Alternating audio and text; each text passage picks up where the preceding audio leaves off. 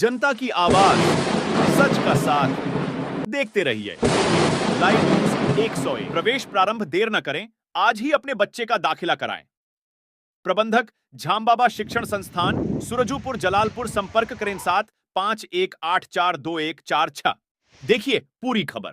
BSP के national coordinator Akash Anand ने अंबेडकर नगर में चुनावी जनसभा को संबोधित करते हुए बीजेपी पर जमकर निशाना साधा।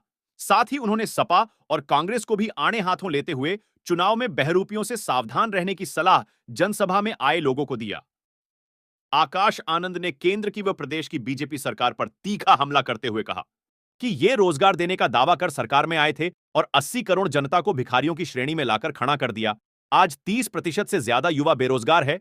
ये 30% कितनी बड़ी संख्या है, इसका अंदाजा इसी से लगाया जा सकता है कि पीएम मोदी के गृह राज्य गुजरात में 3,500 पद के लिए 17 लाख से ज्यादा नौजवानों ने फॉर्म डाल दिया। केंद्र सरकार में 30 लाख से ज्यादा पद खाली पड़ी है, लेकिन ये उसको नहीं भरेंगे, क्योंकि यदि ये उसको भरेंगे तो वो जानते हैं कि उन्हें बाबा साहब के संविधान के अनुसार उन्हें आरक्षण देना पड़ेगा, और वे ना आपको आरक्षण देना चाहते हैं और ना रोजगार।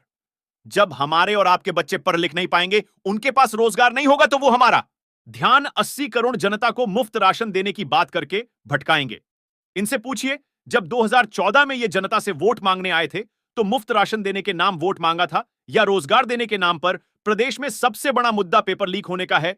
युवा भर्तियों का पेपर देकर आते हैं और कुछ समय बाद पता चलता है कि उनका पेपर लीक हो गया है। ये लोग सरकार नौकरी देने के नाम पर आपके साथ मजाक और खिलवाड़ करते आए हैं। आकाश आनंद लोकसभा प्रत्याशी कमर हयात के पक्ष में चुनावी जनसभा को संबोधित करने अंबेडकर नगर पहुंचे थे। सुनिए Akash Anand, national coordinator BSP, ने क्या कहा।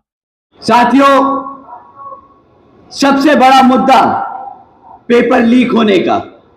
मैं समझ सकता हूं कि यहां पर कितने युवा साथी हैं जो पिछले 10 सालों में कई बार सरकारी भर्तियों के लिए एग्जाम देके आए हैं और जानकर उन्हें बड़ा दुख होता है कि कुछ महीने बाद वो पेपर लीक हो गया। यहां पर कितने युवा साथी हैं जिन्होंने पेपर दिया और पेपर लीक हो गया? सभी पंडाल में लोगों ने हाथ उठा रखे। साथियों, हकीकत तो ये है कि ये लोग आप लोगों के साथ सिर्फ सरकारी नौकरी देने के नाम पर मजाक और खिलवाड़ करते आए हैं। तभी साथियों, पिछले 10 सालों में आज यहां पर युवा 30% पढ़ा लिखा युवा बेरोजगार घूम रहा है। साथियों, ये नहीं कि ये नहीं दे सकते, ऐसा नहीं है कि सर भारत सरकार में नौकरियां नहीं है, भारत सरकार में पद खाली नहीं है। आपको जानकर हैरानी होगी साथियों कि यहां पर केंद्र की सरकार में 30 लाख से ज्यादा पद खाली पड़े हैं, जहां पर इन लोगों ने जानबूझकर वो पद नहीं भरे हैं, क्योंकि वो जानते हैं अगर उन्होंने वो पद भरे तो उन्हें बाबा साहब के दिए हुए संविधान के हिसाब से आरक्षण भी देना पड़ेगा, और वो ना आपको रोजगार देना चाहते हैं ना वो आपको आरक्षण देना चाहते हैं। साथियों, रोजगार का इतना बुरा हाल है कि मैं आपको एक न्यूज हेडलाइन पढ़ के सुनाता हूं तो आपको समझ आएगा कि ये 30% की जो संख्या है वो कितनी बड़ी बन चुकी है। साथियों, गुजरात की ये खबर है, हमारे आदरणीय प्रधानमंत्री जी के प्रदेश से ये खबर है कि 17 लाख से ज्यादा युवाओं ने मात्र 3,500 नौकरियों के लिए अप्लाई किया था। साथियों, अगर सिर्फ 3,500 नौकरियां निकली तो उसके लिए 17 लाख बच्चों ने अप्लाई किया। रोजगार और बेरोजगारी का क्या हाल है वो इन्हीं आंकड़ों से समझ आता है।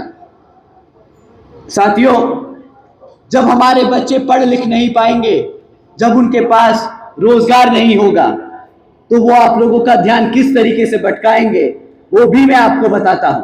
साथियों, ये पिछले कुछ महीनों से सीना चौड़कर आप लोगों के बीच में मुफ्त राशन देने की बात कर रहे हैं। ये कहते हैं कि इन्होंने 80 करोड़ जनता को मुफ्त में राशन देने का काम किया है। आप लोग ही बताइए साथियों, जब 2014 में ये हम सब से वोट मांगने आए थे, जब ये जनता से वोट मांगने आए थे, तो उन्होंने वादा मुफ्त में राशन देने का किया था या सालाना 2 करोड़ नौकरी देने का किया था? आप बताइए साथियों, किसका वादा किया? हर छोटी बड़ी ताजी खबरों को देखने के लिए चैनल को सब्सक्राइब, लाइक, कमेंट, शेयर करना ना भूले, ताकि अन्य खबरों की अपडेट मिलती रहे। अगली खबर के साथ फिर मिलेंगे। नमस्कार।